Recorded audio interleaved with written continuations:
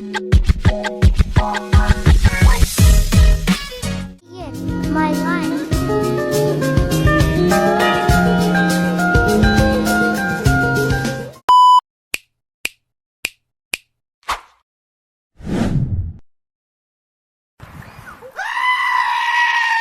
The next day. So ayan guys, so may nabili pala yung tita ko ng 3 bangus. Maliliit na bangus at saka 4 na lubas dyan. Hinugasan ko dyan yung bangus at yan, nalilinisan ko na siya. Tinanggalan ko na siya ng mga kaliskis kasi makaliskis yung bangus. At pagkatapos ng magkaliskis ay hiniwa ko lang siya ng paganyan. So kayo nang bahala guys kung anong gusto nyong hiwa sa bangus. So yung naisipan ko guys na luto is bangus na paksiw. At pagkatapos naman ng aking paghiwa is nag-ready na ako ng maricados gaya ng luya. Binatan ko na yung luya at saka yung bawang. Dinurog ko lang dito yung bawang para madali makuha yung kanyang mga balat. So nagbada din ako dito ng 3 sibuyas. So masimula ako maghiwa dito ng bawang. Ganyan lang yung hiwa niya. Wala nang arte-arte. Ganun din yung sibuyas at saka luya.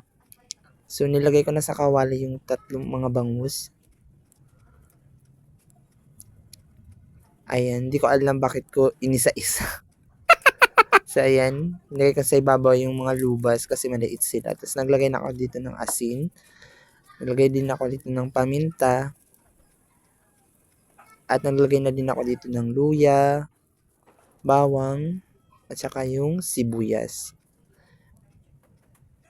Naglagay din pala ako dito ng dahon ng luya. So, ayan guys.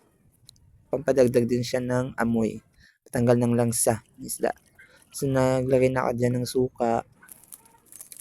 At saka konting pampalasa yung bitchin. So, naglagay na ako ng konting tubig. At tatakpan na natin. At apoyan. So, ayan guys. 2,000 years later. At pagkatapos naman, ito na siya. So, kumulo na siya guys. So, titikman natin yung lasa kung okay na yung alat niya. Ayan. So, may nakita pala ako dito sa akin sa gilid. So, kumain muna ako habang naghihintay na maluto yung ating paksiw na bangus. A few moments later. So, ayan guys. So, sa tingin ko ay luto na to.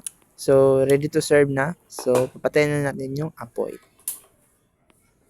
So, ayan guys. Thank you so much sa panonood. See you in my next video and vlog. Maraming salamat. So, don't forget to follow me, like, share, comment. Na gusto nyo video ko. Bye-bye.